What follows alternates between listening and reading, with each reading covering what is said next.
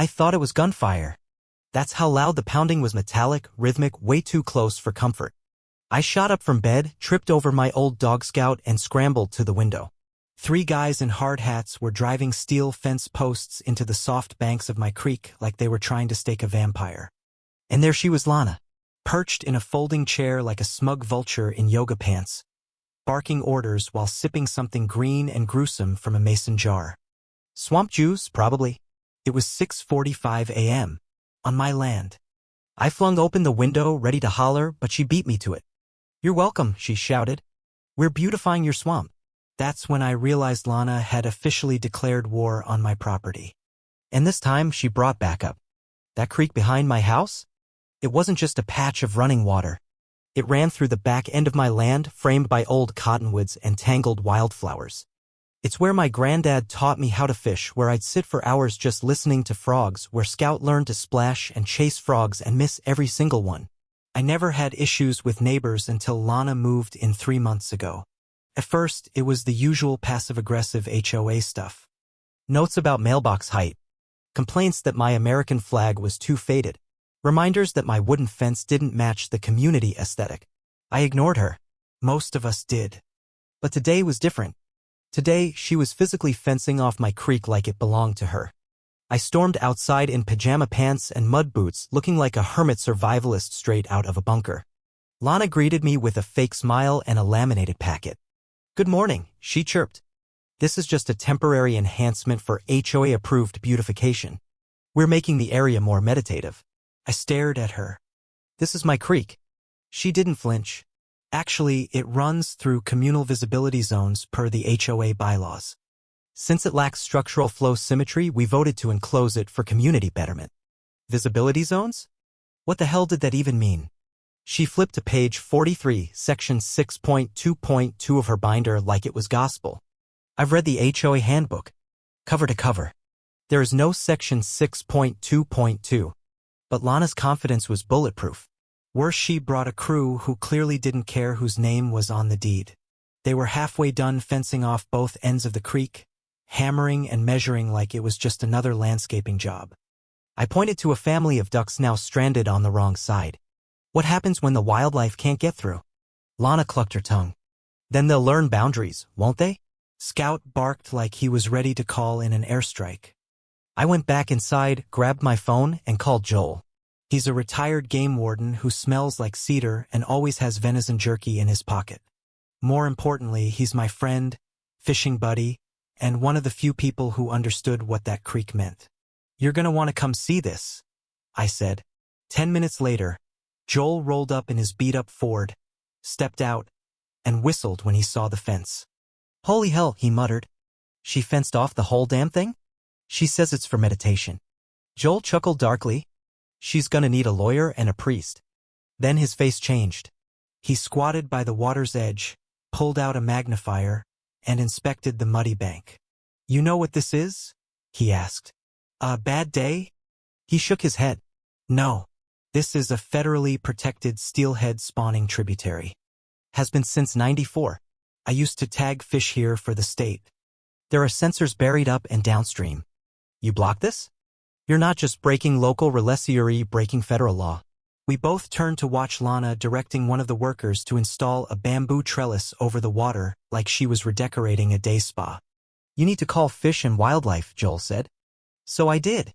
I emailed the regional enforcement office with pictures, GPS data, and a short video of Lana dramatically shooing away a group of kids looking for tadpoles. By sunset, I got a response.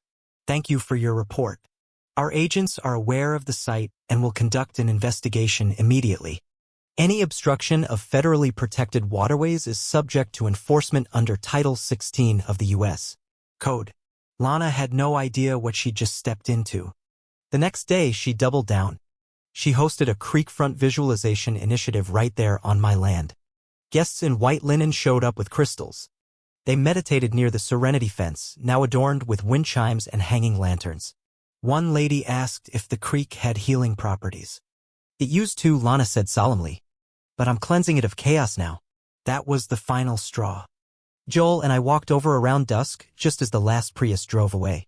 I asked her politely to take the fence down before it was taken down for her. She laughed. You can't do anything. The HOA owns the community aesthetic including the creek. Even if it's federal land? I asked. She paused.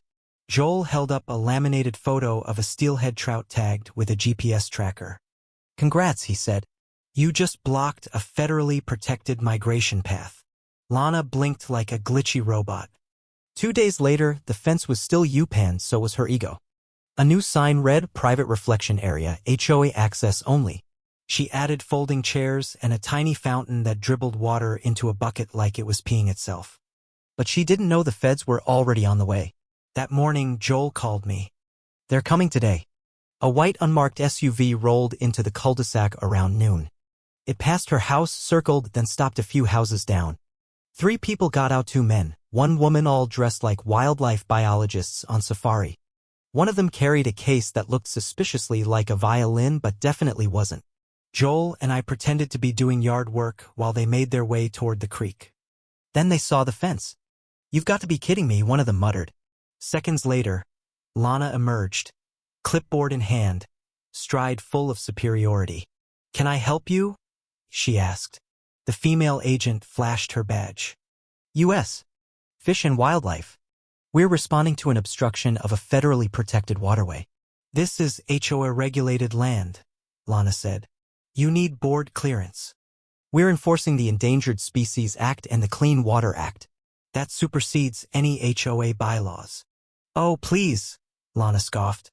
That little puddle isn't even year-round. The agent didn't blink. That puddle is a registered steelhead trout spawning site. Any obstruction is a federal offense. Lana's face turned 6 shades of pale. And then came the fun part. The agents walked straight onto the creek bank and started dismantling the fence. One used bolt cutters. Another cataloged parts. The third activated a handheld antenna. It beeped like a Geiger counter. You hear that? The agent said. That's one of the buried transmitters. Your fence triggered a data disruption last week. No one told me there were transmitters. Lana shouted. You didn't ask, the agent replied.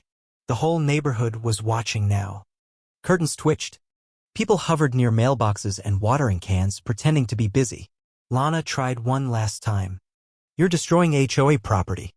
That'll be factored into the fine, one agent said. Restoration costs, habitat disruption penalties, and possible criminal charges. That's when Lana lunged for the bolt cutters. You can't take this down, it's part of my design. The agents calmly disarmed her and called the county sheriff. She was escorted home, warned that further interference could mean arrest. By afternoon, the fence was gone. A small white sign took its place. Federal property, do not disturb. The fallout came fast. That night, the HOA held an emergency meeting. For once, the board actually listened to homeowners. Several members resigned. Lana was suspended for unauthorized spending and bringing federal attention to their sleepy subdivision. Joel handed me a beer that night and grinned. Best part is, he said, this isn't even over. He was right. Lana found a lawyer. Bright blue Tesla plates that read Bylaw 1. Out stepped Bryce Hawthorne, lavender suit, blinding teeth, and an ego bigger than his briefcase. Together, they stormed the HOA clubhouse and announced they were suing the federal government for emotional damage. Later that evening, I received a letter by hand, gold ink and all. It accused me of conspiring with outsider agencies, causing Lana spiritual dissonance, and weaponizing the creek. Within 48 hours, we had a court hearing. Lana arrived in a white pantsuit, flag scarf flapping like she was running for HOA president of the planet. Bryce strutted in like a game show host turned litigator. Judge Rosalind Keene presided, sharp-eyed, silver-haired, and allergic to nonsense.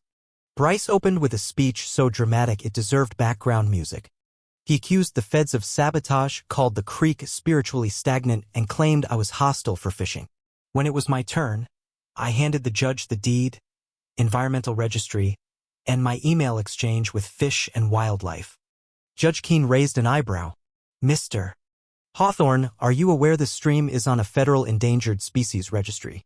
It's outdated, Bryce claimed. It was updated last year, I said. Then came a twist. The agents were in court. One testified about the endangered trout, the tampered sensors, the concrete near the creek. Bryce stopped smiling. Lana sputtered. I didn't know. You were informed the day we removed the fence, the judge replied. You filed the suit anyway. Judge Keene ruled in my favor. The restraining order was tossed. Lana was banned from interacting with the creek.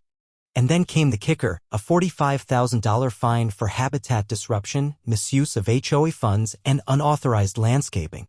Lana turned white. Bryce blinked. I walked out free. Lana? She wasn't done. Not by a long shot. She disappeared for a few days, then the smell hit. Burnt plastic. Concrete dust.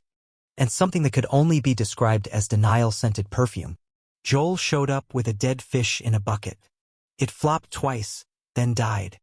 We followed the stench and found it, a shoddy concrete wall across the creek, bags of mix, and a mop bucket labeled water flow redirector.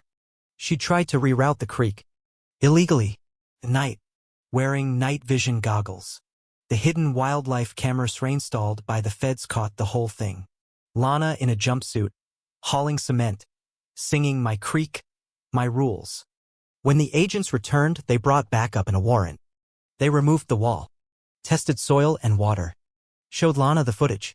She screamed it was deepfake, then demanded a lawyer, a priest, and a spiritual medium. Instead, she was escorted off her property. The footage leaked. The internet exploded. Hashtags flew. Memes went viral. The HOA booted her permanently. Her email access? Revoked. Flamingos? Gone. She was banned, fined, and for the first time in her life defeated. The creek, once cloudy, ran clear again. Scout resumed frog hunting. Joel and I fished like old times. One day, we found a hidden hatch near the creek, an old mining box from the 1800s. Inside, original land grants, maps, and federal correspondence confirming the land's protected status. Lana had tried to claim the creek and in doing so, proved it was untouchable. The county declared it a conservation site. Local schools planned field trips. A plaque was installed. And Lana? Rumor says she moved to Arizona to recenter spiritually.